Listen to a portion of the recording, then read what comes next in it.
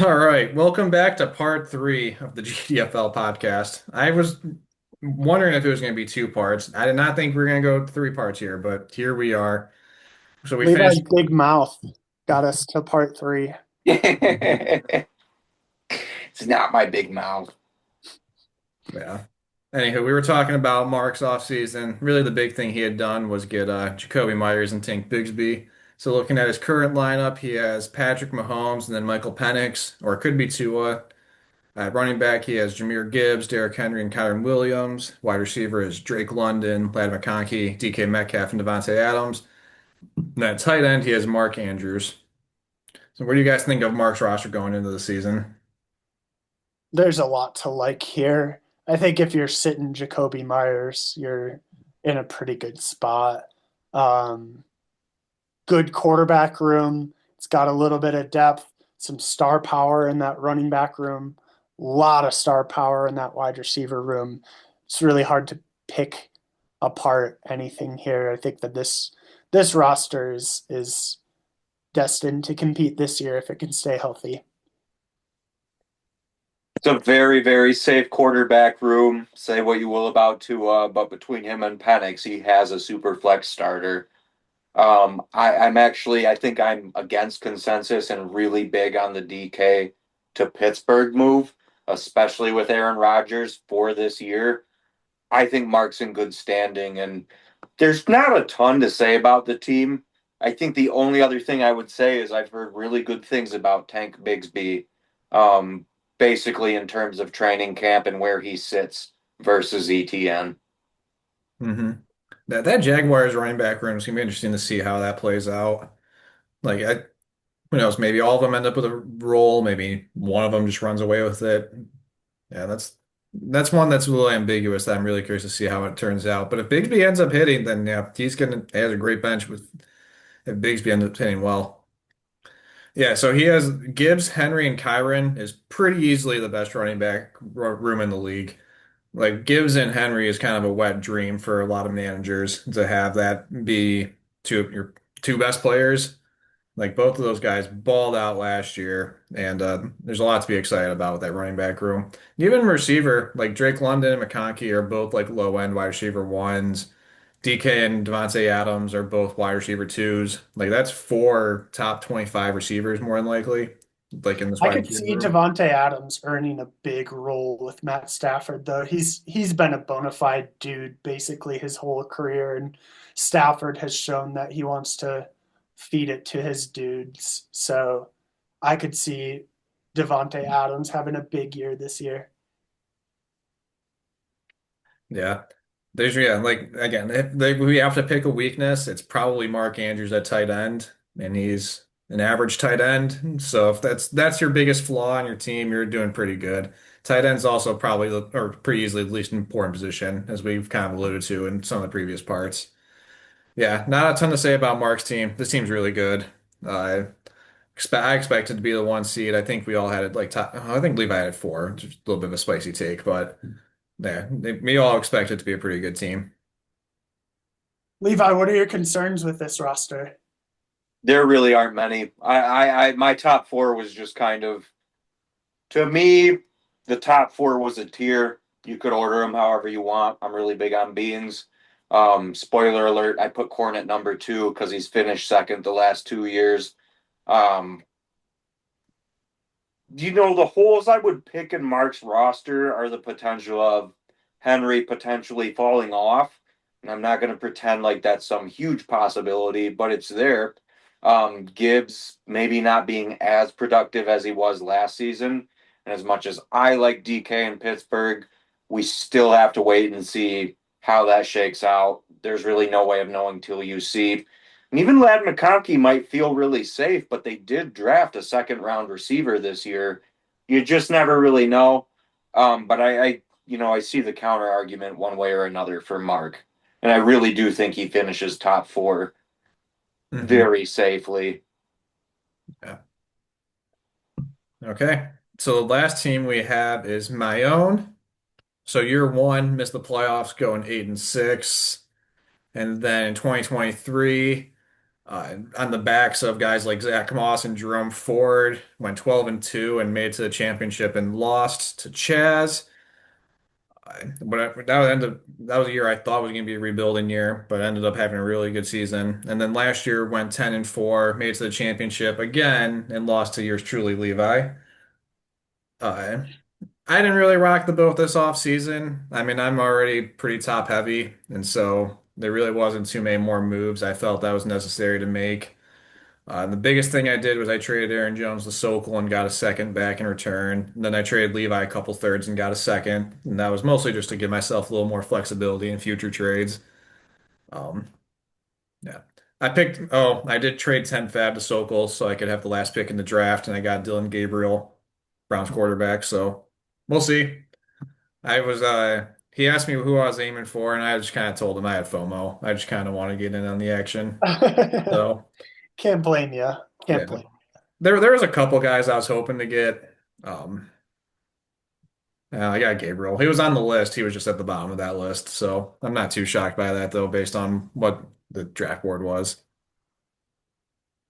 So looking at my starting lineup, I have Kyler Murray and Dak Prescott at quarterback. Running back, I have Achane, Breece Hall, and David Montgomery. Now receiver, I have Justin Jefferson, Nico Collins, Mike Evans, and Devonta Smith. And then at tight end, I have George Kittle. Uh, Yeah, you'll notice that there's no bench receivers on my team. It's because these are the only four receivers on my team. Every other bench player, and those are also the only two tight ends. Everyone else on my team is either a quarterback or a running back. Uh, I think this is a very top heavy roster. Some concerns with Brees this year. We'll see how that all plays out. The vibes haven't been good. Um, Achan, there's the calf injury. It sounds like he's going to play week one, but there's a lot to like about that running back room. Could also go maybe a little south. I really like the receiver group, even though there's four of them. Justin Jefferson, there's really nothing bad to say. Nico Collins is, if he's on the field, he's a bona fide wide receiver fantasy one. Um, Devonta Smith just seems like he's a corn guy as well. It seems like every draft I'm in, Devonta Smith ends up on Corn's roster. I like the player, I think, more than I like the fantasy player. Um, he's a really, really solid, I mean, a former Heisman Trophy winner, right? So he's a really good player. Just I get concerns about the volume that he gets with Philadelphia. But yeah, Corn was my number one. I like to think that this has the most upside of any roster.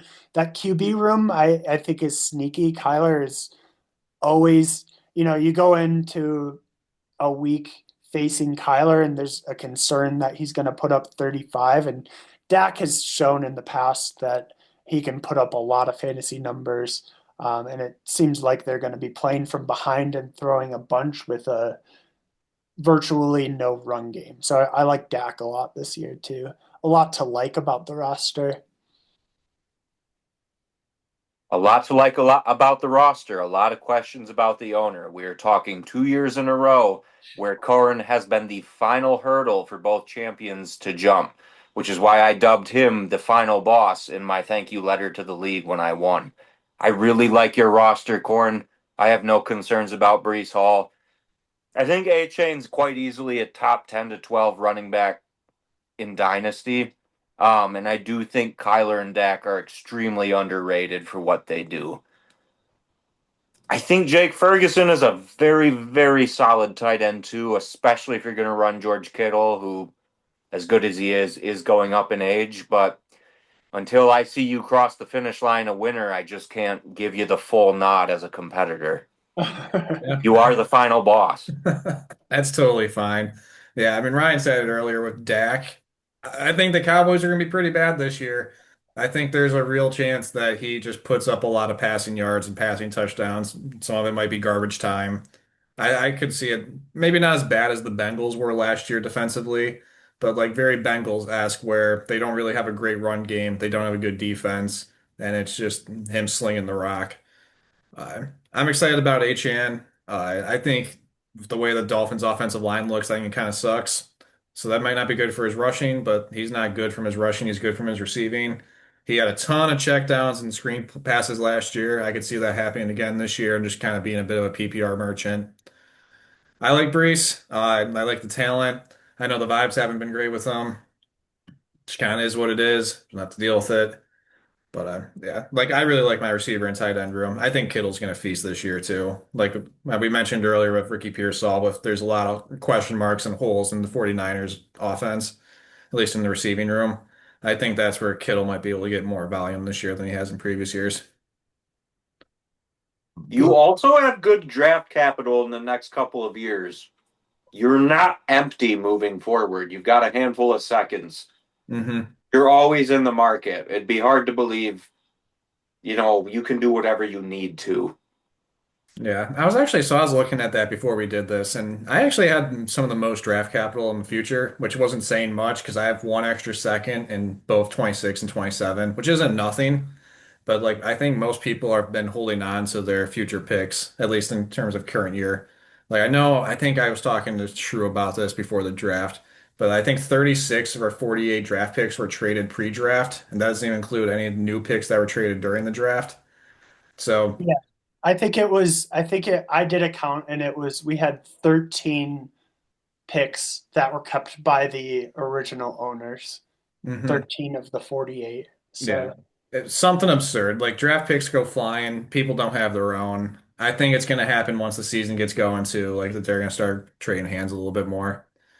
So I have this table put together of everyone's rank and what their average rank was. So like for the most part, we were pretty much in agreement on tiers, where Mark and I were the top tier, and then Stun and Beans were that second tier after that. Then there's a tier of Shrew, Chaz, Trevor, and Ryan. That's like the tier three of like fringe playoff teams. Then we have Levi and Sokol were pretty much consensus like 9, 10, and then Jake 11 and Logan 12. Like we were all when we made these, we were all pretty close in agreement. I made some changes throughout the day too as I was going through and actually like looking at everyone's rosters and the or the table form they had on the previous slides. I made some changes here and there. Like originally, I think I had Trevor lower than 5, but then I was looking at his roster more and was just like, I actually really like his entire starting lineup, moved him up a little bit. Uh, yeah, I think it's all interesting. Like we were all pretty much in agreement though of like who we think the best teams are and who the worst ones are. I mean, it's pretty obvious that Corn and Mark aren't going to be on the bottom and Logan's not going to be on the top, right? I'm not all that surprised by how Hmm. aligned we are. Yeah, Yeah. Logan's just bad too. Yeah, he's Yeah. got a tiny penis. All right, so I didn't know if we were gonna have time or not. I did include the whole draft board as a slide too. I'm not sure how well you'll be able to see that from your phone, Levi. But yeah, really just like the only thing I wanted to do with this was just like talking about like any surprises or like any like questionable decisions you think were made during the draft. I'm a little questionable by how early Judkins went since he's a running back without a contract with potential suspension coming. I like the talent, but I think that there is value to get at that pick. I think he could have gone a few picks later. Um, let's see. I was surprised Scatabo going as early as he did. Yeah, that's one. Okay, so Scatabo to Jake was something I mocked immediately after the rookie draft had ended or the NFL draft had ended. And the amount of times I told Levi, I don't know what it is. I'm almost 100% certain Jake's going to take Corn Scatabo. called this. Corn Yeah. called this They're just like, immediately. it just feels like a Jake pick to me to do. Yeah, he needed running backs. Give him that. Hmm. I think context matters in a lot of this, and whoever took Quinshon Judkins clearly knew they were going to get Dylan Sampson at some point in the draft. So I'd have to disagree with you, Ryan. I think that was a really good pick. But I don't know. I think Dylan Gabriel going 412 was actually quite a steal for Corn. Call it what you will. He had no business. He probably should have gone before Shador Sanders, but in the fourth round, it doesn't really matter. But he is their QB2 right now, and they did draft him before Shador. So if I were to be critical of myself, I probably should have took Dylan Gabriel over Shador. That was a good pick, Corn. Tyler Shuck in the fourth round as a second round pick is a little bit of a surprise on my end. Yeah. So that was one I was really interested to see where if he was announced the starter week one, I really think he goes as early as 204 to Jake there. But because Yeah, he was not announced the starter right away and he's like 26 years old, I'm not too shocked that he fell. I think Trevor got him at a great value though. I think he is going to start some games this year. Whether that's usable for fantasy or not, who knows? But fourth round dart throw, I thought Shuck was a pretty good pick for Trevor. I feel like the real wild cards of the draft were uh, Bill, Bill Krosky, whatever his last name is, and Isaac Tesla. There's real good vibes for both of those players, and they probably soared up draft boards the more dynasty rookie drafts got later and later. So it's interesting to see how it was Chaz who scooped them both up, right? Yeah. hmm Yeah, So yeah. It's interesting is like I think if you look at this draft board, you can kind of see who's been seeing the hype trains of players just based off of like again, like yeah, Chaz clearly saw the hype train for Bill and then Tesla. Like I know Tesla, because I was looking at this before we did this. Tesla went 410 in my other rookie draft. Bill went undrafted. So like they both may have like pretty big rises. Like for the most part though, I feel like like the first round felt pretty chalky to me for the most part. I wasn't sure if I mean Sokol needed a tight end. I wasn't sure if he was going to take one at 10 or not. I thought there was a chance he might take Golden or maybe even Harvey or even Dart. But yeah, I think Beans getting Colston Loveland at 202 is a really good value. He was picked, was he picked 10? He was top 10, 15 and yeah, 10th Yeah. overall pick in the draft and got him in the early second. I know tight end's not seen as that valuable in this league, but I mean, Bowers went pick like 12 or 13 last year and was taken at 6. Not the same caliber of prospect probably, but still just like in terms of value, I think probably is good. Um, then I, yeah, I just want to say one more time, Milrow for Chaz in the mid second was an incredible value for already owning Sam Darnold. I really like that pick. That's the best pick of the draft, in my opinion. yeah. Oh, something else I thought was interesting was Shrew double tapping the Chargers receivers, getting both Trey Harris and then Keandre Lambert Smith. Like I thought that's like kind of hedging your bets a little because realistically they're both probably not going to hit just based off what their current room is. But like I know Lambert Smith had a lot of the hype and then at least the beginning parts of training camp. And if you're going to talk hedging bets, whoever took Jaden Higgins, I'm pretty sure also got Jalen Noel, and that seems really smart. I don't know who that was, but he really seems to know his stuff when it comes to drafting. Yeah, no, same thing with like getting both Seahawks pass catchers with Elijah Arroyo and Torrey Horton too. Like the manager who did that, just really again hedging bets that one of them is going to be good. He must have done more than just some cursory level research because those were good picks. I agree. he's hmm probably gay. He's probably not gay. He's probably just carrying around a massive hog, Ryan.